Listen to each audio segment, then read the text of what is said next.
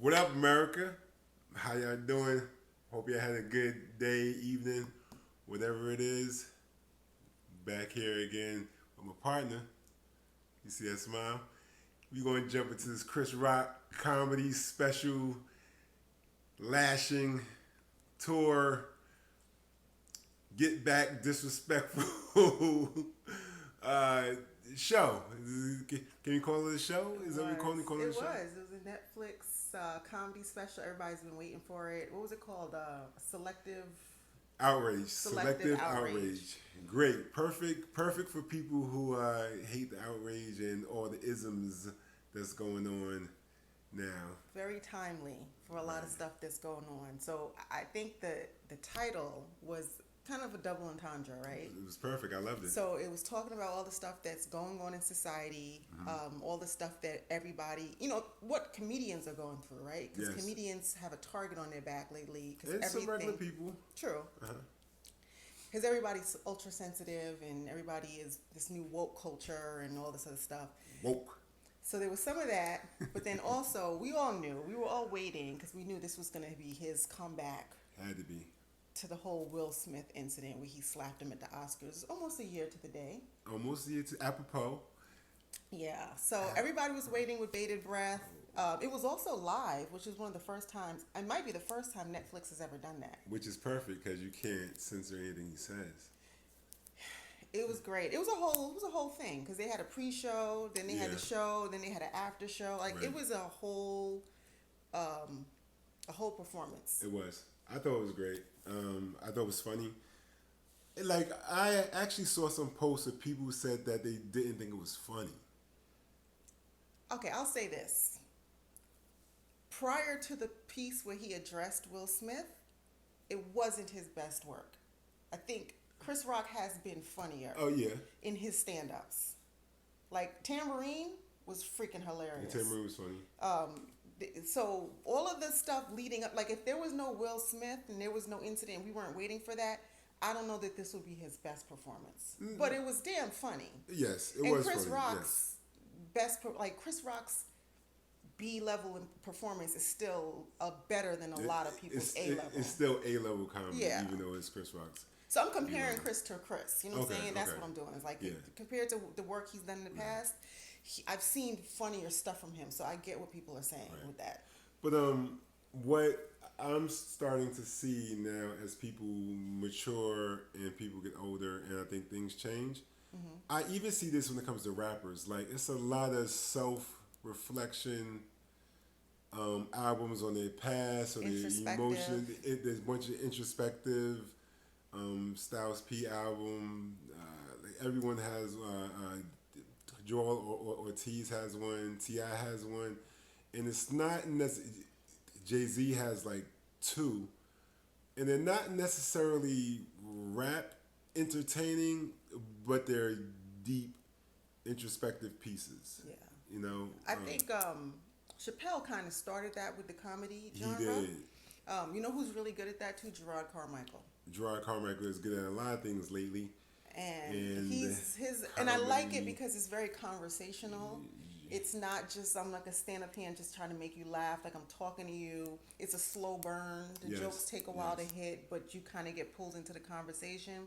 So I'm seeing that that's like a theme now with comedy. It is, and when it comes to Gerard Carmichael, he kind of changed his shtick, or should I say stick? Oh God! So the name's in a different stick, which we didn't know prior to his that. last comedy special. I'm just trying to support the dude. You know, he's funny. He's always had that kind of dry, subtle kind of humor. It's not for everybody. No, it's not. You know, if you want that, I want to laugh every second, like that Kevin Hart humor, he's not the dude for you. But if you like a intellectual comedy where you sit and you ponder, you think, you like walk on the journey with him, then he's the guy for that.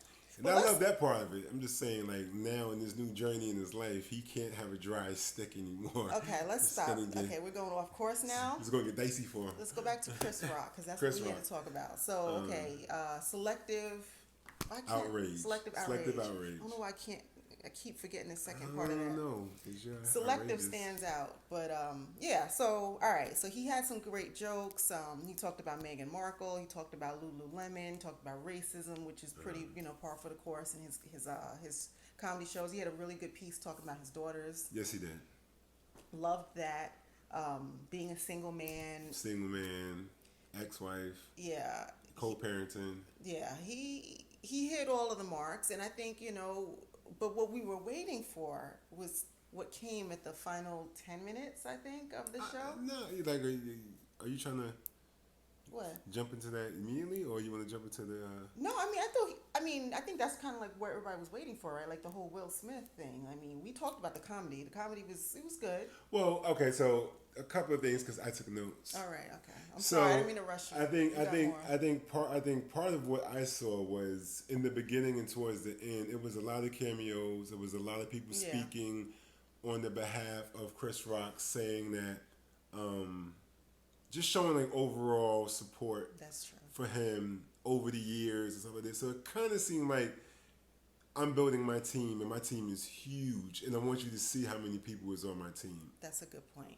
Definitely, he had a roster. Yeah, a thick roster too. And you saw, and it came from all levels, genres, walks of life. I mean, who thought Kareem Abdul-Jabbar was going to be there? Like, that was random, but great, right? It was great, yeah, absolutely. We know, like, Chris Rock is well loved. I think, again, and I don't want to jump to the Will Smith part, but I think it's kind of all plays into part. Like, part of it was almost like letting Will know, like, look at all the people who support me, who ride for me. Right. And it just was overwhelming. Like, it almost looked like a Chris Rock tribute. It did like a Chris Rock tribute, and I just want somebody to go check on Will Smith, because I don't know if he saw all that, and if he wanted to I can't say these words because I don't want to get flagged. But I just want to make sure Will Smith is okay, and he didn't put the car. Oh, come on, you're going too far. Okay, sorry. So yeah, it definitely was a tribute to Chris Rock, to his legacy, all the people whose lives he's influenced, and just how great he is at what he does. I mean, it was very touching, right? It felt like he was getting some kind of like a Lifetime Achievement Award or something. So one of the things he touched on, which was extremely important when you started, we were talking about cancel culture and how it's affecting everything and everybody. And, sometimes when they pan to the crowd, it's like, I can't laugh at this because if my boss see me laughing at this, somebody at the office may get offended, and I don't want to get fired for laughing at a joke at a comedy show. Yeah, it's like we behind enemy lines, right? Like, there's no place for humor. There's no place for impropriety. There's no place for, and that's what humor is supposed to be, right? Yes. It's not humorous if we're not offending somebody, if that makes sense.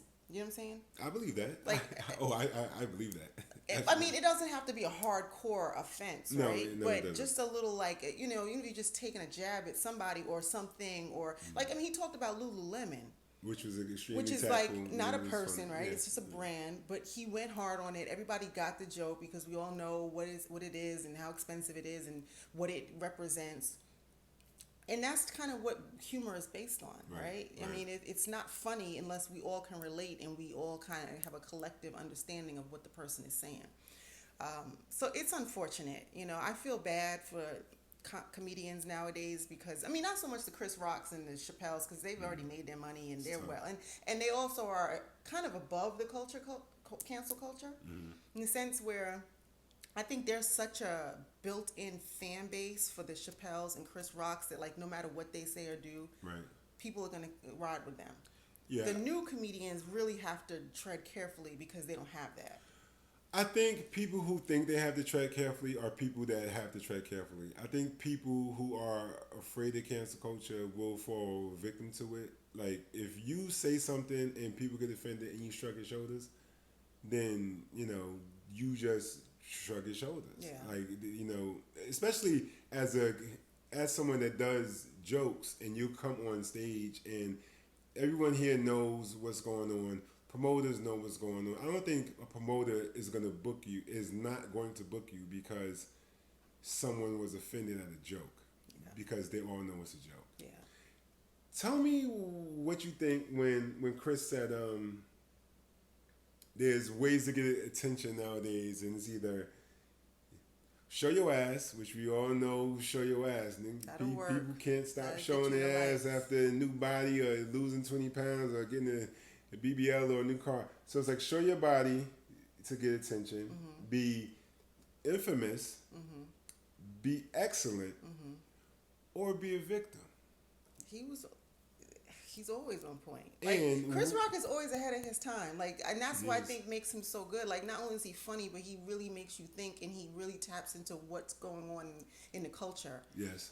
And he's 100%. Like, show your ass and infamy sometimes run hand in hand, yes, right? Because absolutely. People are infamous because they've been showing their asses.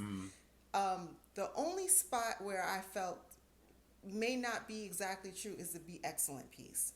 Because I think it applies in certain categories, but it doesn't apply in others. Like if you are, like he used Serena Williams, for example. Sure. Yeah, her, LeBron, other people who are, but being an excellent scientist, being an excellent engineer, being an excellent whatever, like I don't know that that's going to get you attention. That's true. It's really, people are very selective about what it is that you do. Yeah. And if you're the best of the best in that category, but if you could be the best in something else that kind of doesn't matter to people or they don't see the value in, I don't know if that's going to work. I think that Serena was a good example because she's gets her attention by showing her ass while she's being the best at what she is, and she's excellent at being the best at what she's doing. And she's nobody's victim. And she's nobody's victim. No. Yeah. And she wants to be a victim. So, yeah, the attention shit is out of control. Like it's crazy, and it's really pathetic for. I mean, I understand why young kids are into it because this is the world they grew up in. But yes. The sad part is that there are people in our age group, in their 40s, who still crave that attention and will do any and everything just to get it. It's a sad state of affairs. So let me ask you: do you think we all do one of those, or we all do, or some people do none? Like some people just don't really care about the attention. There are very few. I think everybody cares what people think. And people who say, I don't care what anybody thinks are liars. Everybody cares what people think on some level. Now, do you let it drive you? Okay, there you go. You may not let it drive you, but we all care. Because if we didn't care, we wouldn't try to present ourselves well. Or at least I should say, there's an audience that everybody cares what they think about them. Sure. Whether it's your coworkers, whether it's your family, your children, like everybody has somebody that they care what those people think. That's so true. To say that you don't is just truly is misleading. I mean, I don't care what the masses think. I would like to know what they say and what they think. I really don't care too much of. Why do you want to know? Because I want to know. Why? I want to know the impression I'm putting on the world. Why? And if it's lining good, up with what you think you're putting out? Yes. Right? With that said, I do know that you could be doing something extremely positive and someone can take it extremely negative. So that's why I don't put too much weight in the how they care about it. I just want to know. No, I'm sorry. In me caring about it, but I do want to know what they're saying. And knowing what they're saying, how does that influence you? Does it influence you?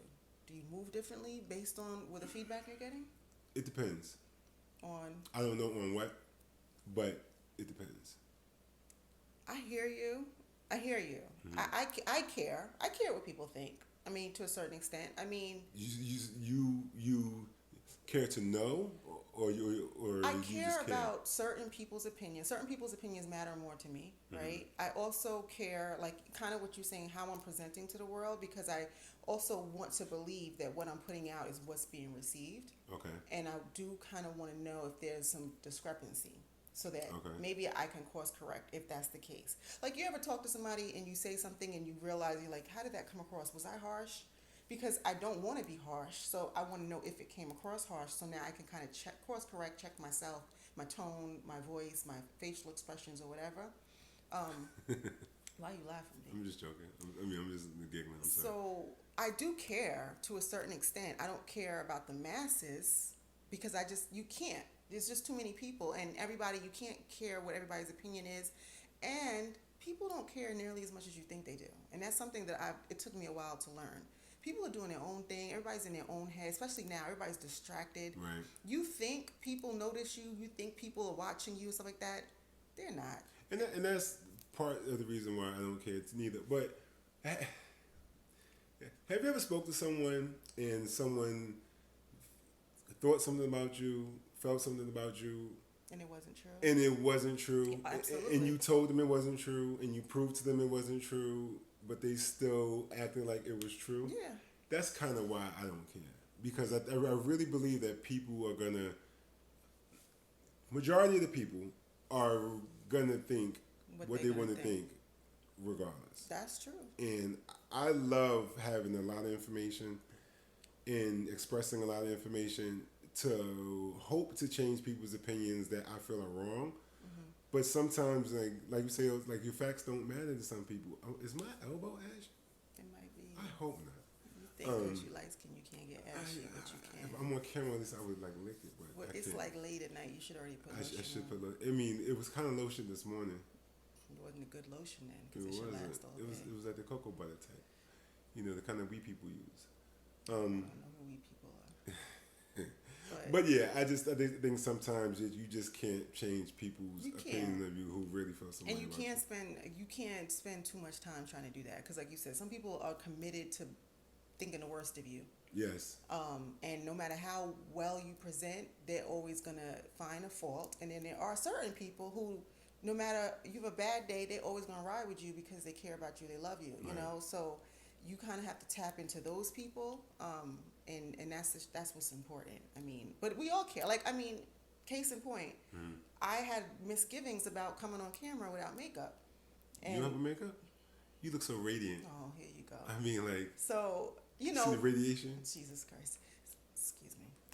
So, because I do care. Like, I don't want to come on and people see me and like, oh, she got bags under her eyes, or she's got, you know, her face, her skin is not even, or whatever. But at the end of the day, like, it's really not about that. It's really about like what we're talking about. And so I do care, and I don't know most of y'all, but I mean, there's a part of me that does care. I mean, I pushed through it, and you know, it is what it is. Push I through. did. Push.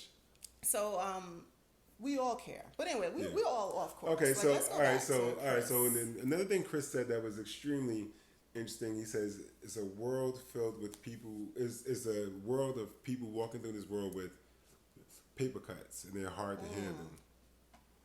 That was really freaking good. I say this all the time. This is the most bubble wrap generation I've ever seen. Mm-hmm. This, I don't know, what are we? We're Gen X, so this Gen Z, millennials, whatever they are. I mean, no offense to y'all, and y'all all ain't like this, but a huge contingent were raised to be very sensitive and just not resilient. And as a result, they walking around, everything hurts them. Like, paper cuts do hurt, but they're small, they're minor, they heal quickly. But when you treat it like a paper cut, like it's some kind of huge laceration, it affects your entire world, and it affects the way you interact with everybody. Hence the victim status, which he said is the number 4 way you get attention. Right. And like when it's all full circle. And when I was young, we used to get paper cuts. They were like, don't avoid touching it. Like, you know, the more you touch it, like the more you interact with it, it stops hurting faster. Yeah. You keep tiptoeing around it. It's like that for like 2 days, and nobody wants that. Yeah, and it's like, it is fine. Like, we're all wounded, right? We all have baggage. We all have issues, and we have, you know. But when you start projecting all your stuff onto everybody you encounter, that's when it's really problematic. And I think that's the trend we're seeing now in this world, where people are taking their personal trauma and projecting it on everybody, and projecting it on people they don't know. So like a comedian can't even make a joke that relatively offends you because, you know, you have something going on with you. And so now none of us can laugh because you have something going on that you haven't dealt with. Or he can't say a joke because it offends one person, so the 2,000 people in the crowd can't hear the joke because it offends one body. And the interesting thing is, what we're doing as a collective is, we are all, I mean, I say we as people, not you and I, but we are all rallying behind this one person who's offended. So you'll have a room, of 100 people at a comedy show, and the comedian will make a joke about one person, and nobody wants to laugh because they're afraid it's going to offend the person in real eye. And nobody knows this person. Nobody's going to ever see them again in life, but they know it might offend them, so that everybody stops laughing. And when me and you were growing up, it was a lot of get over it. Rub some dirt on it. You'll be okay tomorrow. And that's what creates resilience, right? Because life is going to kick your ass. And the better equipped you are for that. And this is another thing Chris Rock said in his last special, I think. He said he tells his daughters every morning, like, nobody gives a fuck about you, or That's something true. like that. Yeah. And it was funny, but, like, the truth of the matter is, nobody does. They don't. In this household, we love you, and you are infallible and all these other things. But when you walk outside these doors, nobody gives an F, and you need to kind of be prepared for that. Because if every time you come across somebody and they don't like you, you don't get the response you want, if you crumble, that's a long life. That's a miserable long life. Yeah, and that's hard because when I say that to people in arguments, When you say what? Don't make a fuck about you. Like, people get mad at me, but we'll talk about that another time. What else you got on your list? It's a long list. It's something he said which is extremely interesting that I've been thinking about for decades, and it's been heavy on my heart. And it's something that I got a heart. It might not. I mean, it pumps Kool-Aid, and sweet tea. It's definitely sweet tea. And I'm just trying to figure out for the last 30-some years. What's the question, B? Where's O.J. Simpson's Bronco? I'm not doing this with you. Where's the Bronco? You're wasting time with this Bronco. You don't know what Bronco Nobody is? cares That about Bronco's with a lot of money because he had to get it back because he's found not guilty. So, like, he has the keys. He probably had to sell it because he had to sell all his stuff. If he sold, I want it. I want to put a system in the back of it and throw rims on it, and on the side, paint OJ's Bronco ones. OJ, Juice, you want to give it up? I'll take it. I mean, like, pause, like, and then not in that way, but I want the truck. I'm just waiting for him to stop. All right. He made a joke about killing babies up to 4 years old. Oh, no, I'm not doing that. I'm not going to touch on that. We're not doing that. He said, my pronoun is broke, which is hilarious. He said that when he got slapped. That was funny. Will Smith's song "Summertime" rings in his head. That is hilarious. And then we get down towards the end to the part where everybody wants to talk about was his shellacking of the Smith family. All right, let me tell you what I think Chris did exceptionally well. What was that? Because there was a formula to this, right? This wasn't just a straight, go on stage, and say it from your chest. This was obviously he had a year to think this through. Yes, he did. He's a comedic genius. Yeah. What he did was he started off in a little self-deprecation, right? Will is so much bigger than me. He played Muhammad Ali. I played Pookie. Like it kind of like just setting the stage for like, look at the difference between the two of us, right? I'm the 90-pound weakling to this dude, right? He's the high school quarterback or something. Jock. Yeah. So that was, and I think what he did there, because it was kind of like storytelling, right? It's making you feel sorry for him on some level. And I'm not making him a victim because he was very clear about he's not a victim. He was absolutely clear on saying he's not a victim in any way, shape, or form. But it really was like kind of laying the foundation for the story. Like you got to do, like if you was to open up one of those little books you read as a kid and they would show you like a guy who's 90 pounds walking to school, and then they show you some big brute guy look like Moose from Archie.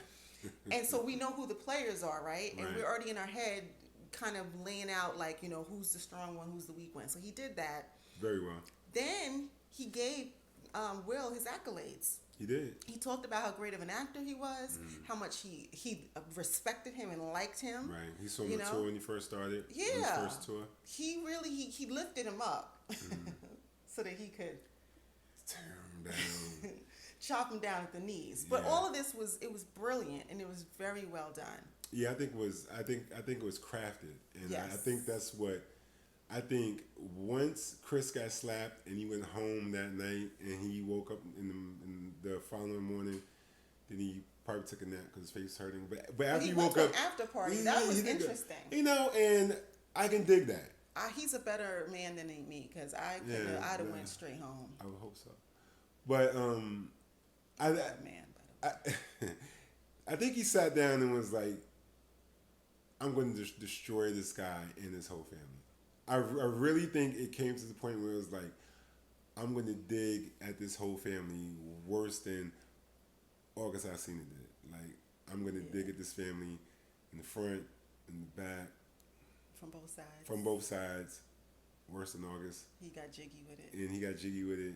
And it was crafted. Yeah, and mission accomplished. Yeah. And what another thing was, you saw his anger, or his, I guess you call it anger, slowly build. It started with jokes, Yes. And then you could see as he's telling the story, he was reliving it, and he was getting more and more angry. And that's when, like, even when he was, like, some of the things he said that, like, I don't feel like he had written that down, he had planned to say it. It felt like it just came from his heart, because that's truly how, the first opportunity he had to really talk about it this way. You know what it was like, do you know, like, you get into a fight, like, in school, like, you'll get into a fight, and when somebody hits you really hard, you get real mad. That's true. It starts off like on some like and then once you get a real hard hit, and now you like pissed. Yeah, but it was true. But what I was alluding to was, like, when you get in a fight on like a Saturday at home in your neighborhood, and only like those 10 people around you see the fight. So only those 10 people are like, are you okay? Is everything all right? Yeah, it was kind of rough, right? But if you get into a fight at school and the whole school sees you get hit or get beat up, like, you go from 10 people coming to you asking you, hey, is everything okay? To now thousands, like, I went to a big high school, to like thousands of people asking if you're okay. And I can imagine for him, it's almost like hundreds of thousands of people. So it's a never ending, like, like someone you haven't seen since the slap 6 months later was like, hey, I haven't seen you in 3 years. And the first thing they say to you when they see you is, you all right? How's it going? You all right? And I know that has to build frustration. Yeah. A lot of frustration. Yeah. So I could see how him, his team, his brothers, and everybody was like, he disrespected our family, so we're going to do the same to him. Yeah.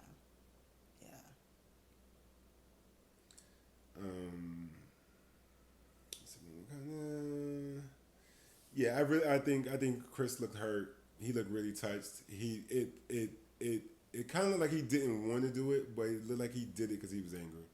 Yeah, I mean, he really, like, everything he said was just 100% on point. It's what we all thought. He didn't deserve it. I mean, that's really what it came down. Like he said, everybody was talking about Will. Everybody was like, he's a bitch. Charlemagne was talking about it. The View was talking about it. Everybody. He's like, and of all the people, and he said Jada hurt him way more than Chris Rock hurt him. Right. He also gave a little bit of background, some context. Will Smith. Yeah. He gave some context where he was talking about how this all started. So we know years ago, I don't know what year it was, but Will had done a movie called Concussion, and he wasn't nominated. And Jada was pissed, and that's the year that she started that whole hashtag Oscars So White. And she had apparently said that Chris Rock, who was slated to host that year, should not be hosting because Will Smith did not get nominated. Right. And, Chris was like, I'm a grown-ass man. You want me to quit my job because your husband didn't get nominated for Concussion? And you're going out your way to tell everyone else to not come to my performance, basically. That's another good point, right. Yeah. Like, I mean, hosting the Oscars is nothing to freaking turn your nose up at. Yeah, it's huge. So, yeah, she definitely, I didn't even think about it from that point of view. So, and she said what she said. And like he said, I'm a comedian. I made some jokes. But the funniest thing for me, he's like, wasn't nobody picking on that bitch. And that right there, that was hilarious. That was the funniest thing of the whole thing. That was hilarious. Because it came from the core. Yeah. Like, and it's just the truth of it. Like, he's a comedian. He made jokes about a bunch of people at every show. Yes. He wasn't coming for Jada. He wasn't coming for Jada. And it wasn't even the joke. He was like, what did he say? I don't even know what the joke G.I. Jane. He was like, I'm looking out for you for G.I. Jane. Oh, he said, when is G.I. Jane coming out or something like that. Well, you know what? Let me say something. I was thinking about this since then, and I'm wondering if part of Jada's outrage was it all because she's still mad at him because of the whole Oscars thing? Or did she take his statement as a jab at her career? Because G.I. Jane was a bullshit movie, right? It didn't go nowhere, right? It was okay. I saw it. We saw it, yeah. But it was a bullshit movie, right? Yeah. Could he be saying, like, your career is so whack that you over here preparing for a part 2 to a movie that wasn't shit? I took it that, because she ain't been doing nothing. Right, yeah. And like she got her red table talk and stuff like that, but like Jada's movie career is kind of non-existent. So I don't know if she was taking this like, oh, you trying to say like that's what I'm trying to do. Like I don't know if it could have been just multiple things. Like you trying to play me out about my non-existent career, and I'm mad at you because of what jokes you made about my husband and me years ago. Yeah. Aside from all of that, I took it as G.I. Jane for her at the time would have been a really good look. I really think that nobody was gonna go see that. She would fit the part. Who cares if you want to see it though? She would still got her $15 million to do it. But people are like her. She don't need $15 million. She does. No. They are a collective. Jada don't need nobody's money. At this stage in her career, she wants work. She wants to be recognized. She wants to do good work. She's not out here for a check like these new actresses are. She wants to be acknowledged, to recognize. She wants something that's going to challenge her. If they made a G.I. Jane 2 and they came to her, she wouldn't have done that movie.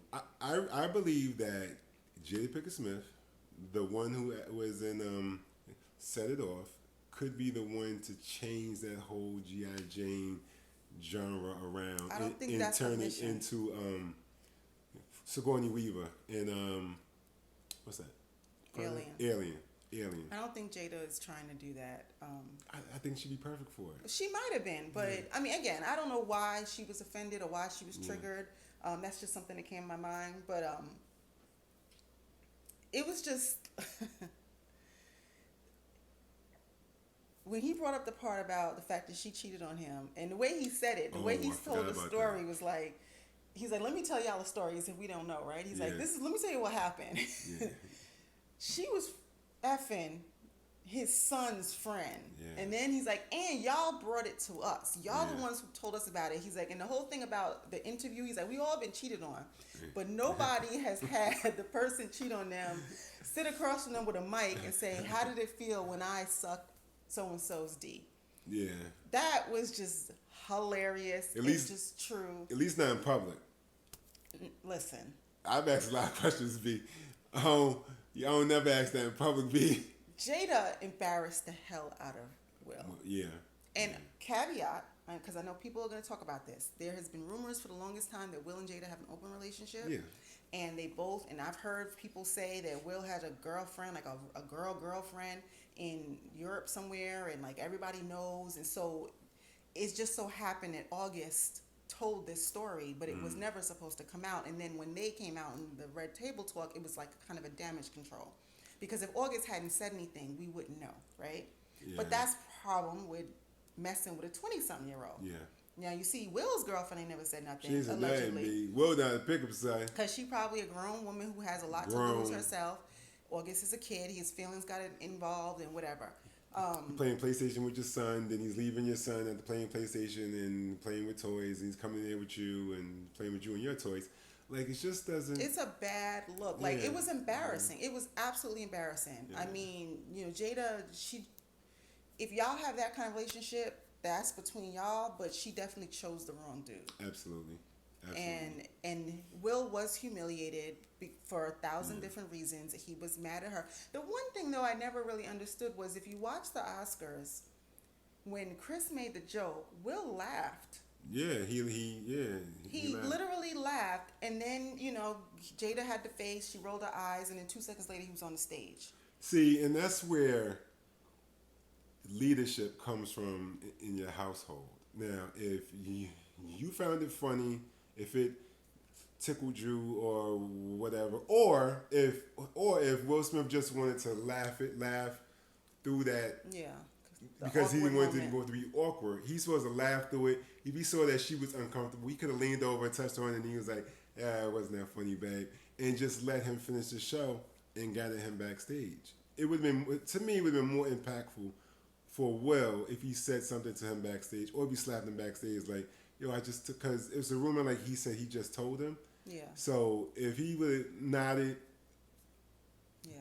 took it backstage and slapped him backstage, it would have been much better. Much better. It would have been more controlled. But this slap was not, it was, I think there's a couple of things going on. As Chris said, the person that you should have slapped wasn't me. Yeah, I mean, you can't, obviously you can't slap your wife, right?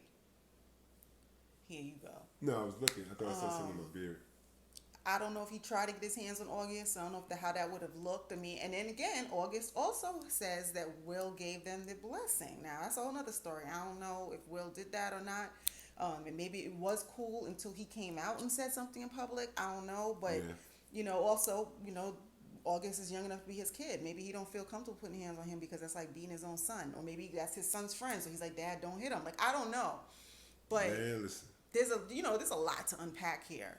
But clearly, it was misdirected anger. And it was.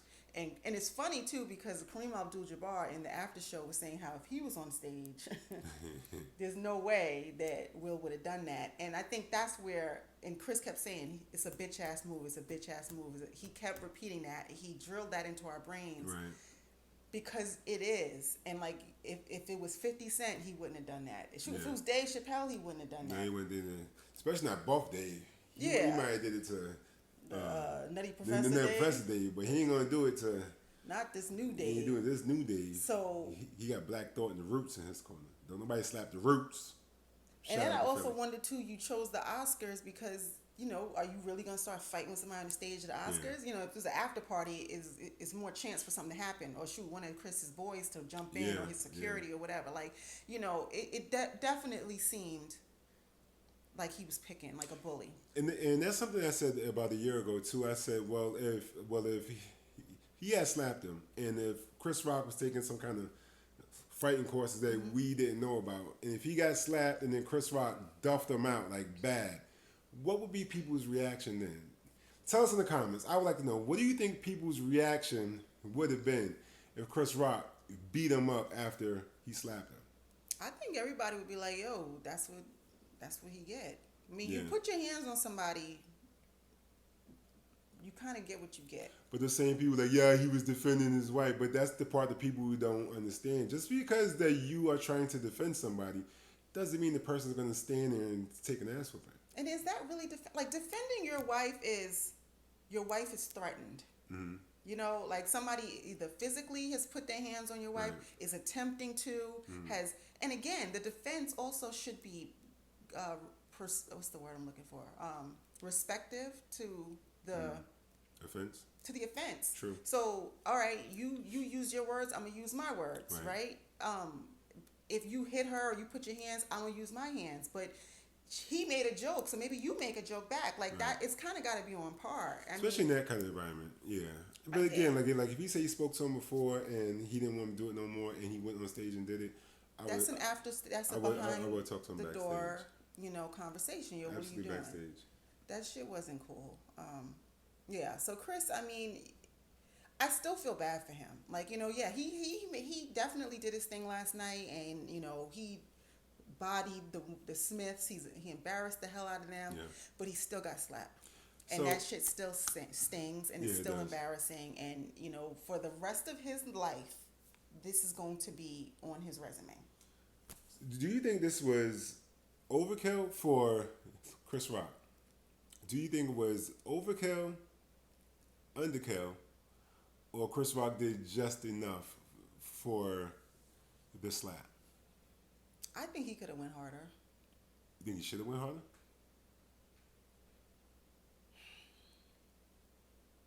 This is hard because I still like Will Smith. I like Will too.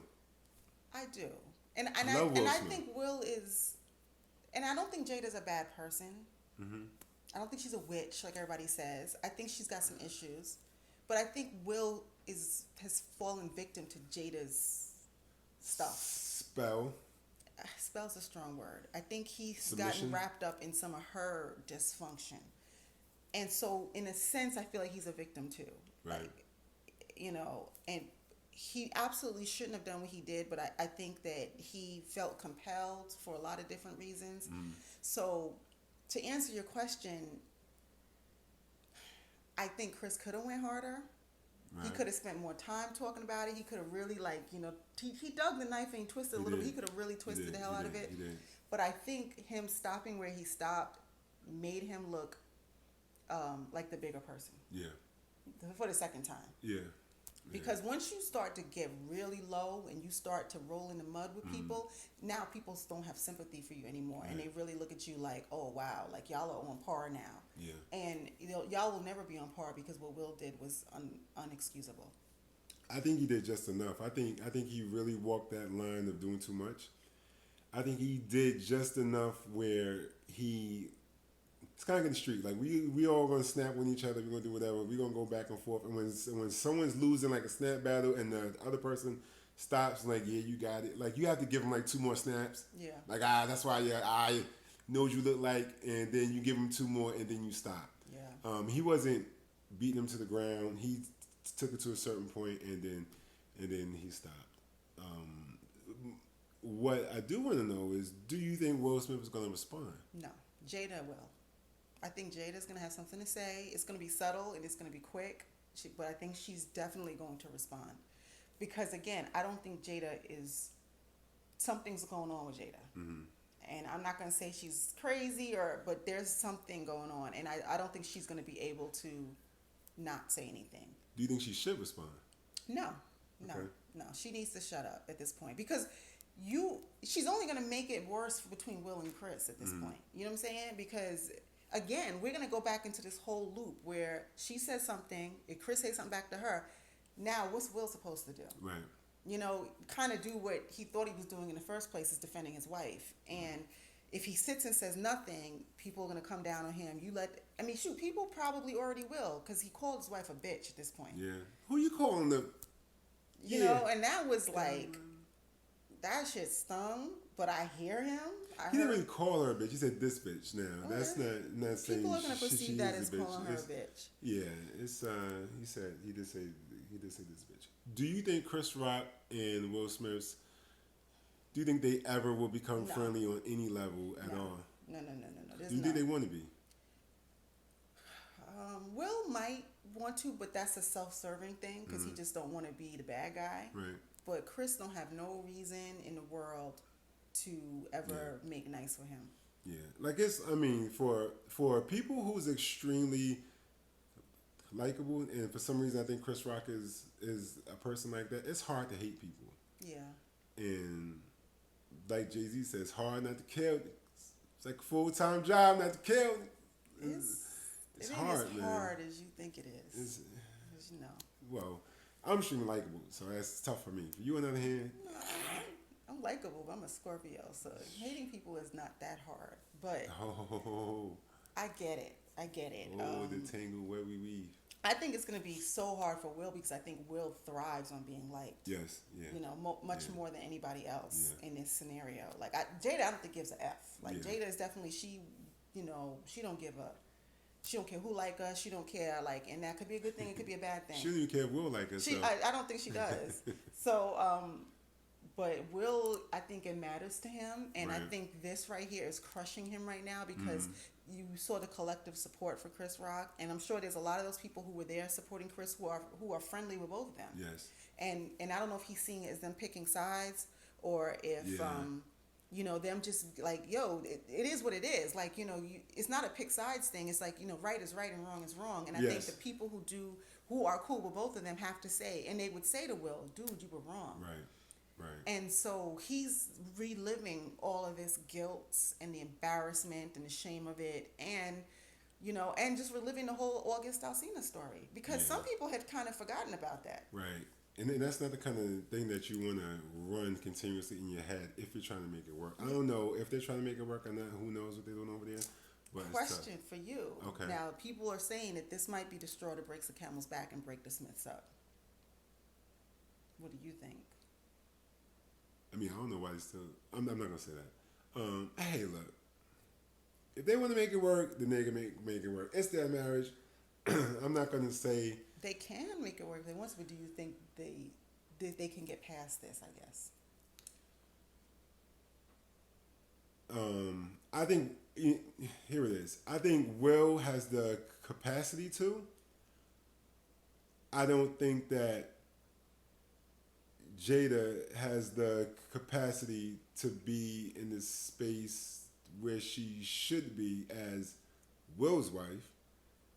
So it's going to mess with Will, and I don't think it's going to work out. I think Will sees his marriage in a certain light, in a certain way, that he wants it to be holistically fun, holistically loving, holistically like us.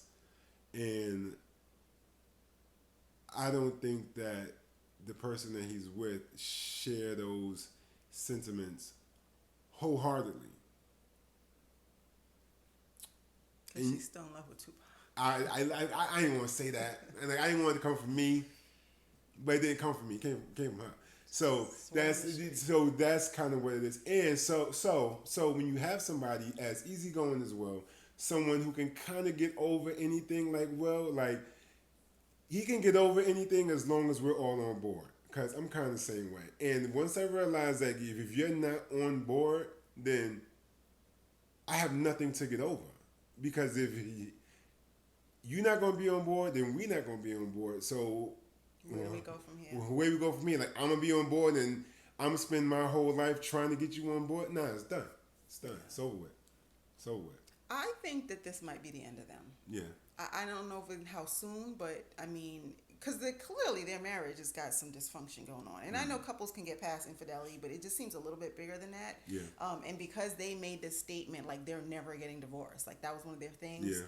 So it sounded like they made a commitment before it's like signing a contract before you reading all the details, right? Like that's what they did. And what? Yeah, like I don't care what. Like it almost like, so Jada could try to like strangle you in your sleep and you're going to forgive her. Like that's kind of sounds like the deal that they made, which is not really realistic because there are circumstances that can cause a break.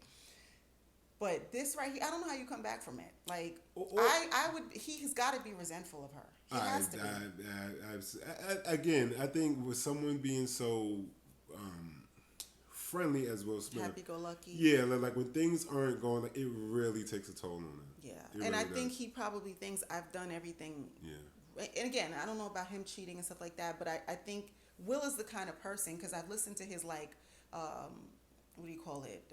Not self-help, but those motivational things he's done. He's very much of a, if you do the work, it's gonna work. Like absolutely. if you do A, B, C, and D, you're gonna get E. I believe that. And that's not the way life always works, but I do believe that Will believes that that's how it does work, and because it has worked for him up to this point. So it's got to be frustrating when you feel like I've done everything I was supposed to do and it still didn't work out. Like it's demoralizing. And that's the sad part when it comes to people who think like that. When it comes to a relationship, it's hard because it's like we have to do A, B, and C to make this work. Now Will can be doing everything that he needs to.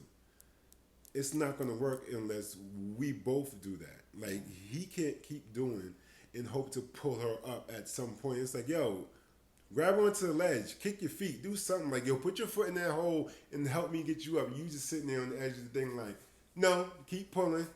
Like, no, you do it. And then after a while, it's like, I'm not doing that. Yeah. I'm just not doing that. Do you believe that Chris Rock did this to end Will Smith's career because of how he did it with so much support from other actors and comedians? And you know, it's funny. I don't think so, because I don't think it's in Chris to want to end somebody's career. Shit. I don't think it is. In the words of Eddie, Big Eddie. Shit. I don't think he wants to. I don't think he can. I think Will Smith is he's a I don't know what the word is for it. Like, and white people love him. Yeah. Like, they adore him. And to be honest, I even felt that the after party with Dana Carvey and what's his name? The other guy. That's my dude David too. Spade. David Spade. They were him quiet. And Dana Carvey, so yeah, they were. And Dana looked almost uncomfortable, and he couldn't wait to wrap it up. Yeah. Because I still felt like the jokes that were flying around, they didn't feel comfortable participating in or going that hard. And they made other jokes that had nothing to do with the Will Smith thing, but I think they felt a loyalty, or they felt some kind of like, I don't want to cross the line kind of thing. I don't want to get into this stuff, whatever this is. Like this beef, that's kind of not my beef. And I think a lot of folks, namely some white folks, also do see this as this is none of my business and I don't want to get involved in this, and Will's gonna make me money. Will is a A-list, he's blockbuster, like he is some like, and Will is a sure deal, like it is or was, I'm not sure how good Emancipation did. Well, I mean, but that wasn't too, I watched it. No, but I'm just saying, I think the reason Emancipation didn't do well because it's been done already. Like, it was a story about a different person, but that whole slave story, I think people are kind of tired of it. But Will is consistent, and he's going to do, if you give him a good script, he's going to embody that, right? Because that's just who he is. Like, he is a consistent player, no matter, like, you know, you like your basketball metaphors. Whatever team you put him on, he's going to be a lead scorer. He's going to take him to the championship, whatever. And I think that Hollywood... So like LeBron. Yeah, yes, and Jordan. Hollywood loves people like that, and they will forgive you for anything if you can do that for them. People have gotten...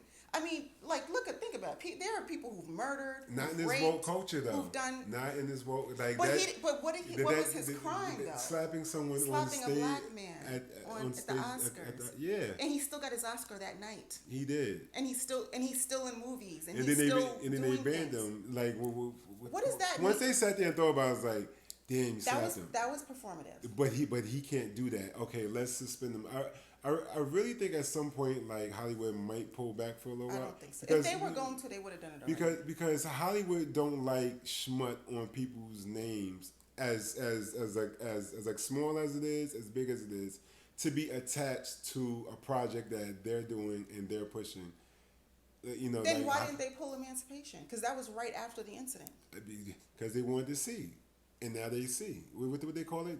Proof of concept? They was like, people going to ride with Will. We're going to put this out. And now they see that's not the case. I don't think so. I don't think that he's going to take the hit to his career. I think he is such a sure thing for them. And he's a moneymaker. And people are very forgetful. And as far as the woke culture is concerned, if Will had done something that was anti-woman, that was anti-homosexual, that was all like... There are certain protected classes that you cannot touch right now. I'm not trying to be funny. Chris Rock ain't Black one of them. men ain't one of them. You ain't lying. You know what I'm saying? Like, let's just keep it real. Like, you know, police brutality and stuff like that. But for the most part, the people who make the decisions and the people who are the money makers and who make those calls, that's not a protected class to them. And in some instances, it's black on black crime. You know, true. I totally believe that. I really think that there are some groundswells of people trying to change that and have black men also join that conversation of you can't just be treating us any old kind of way. Because you can't.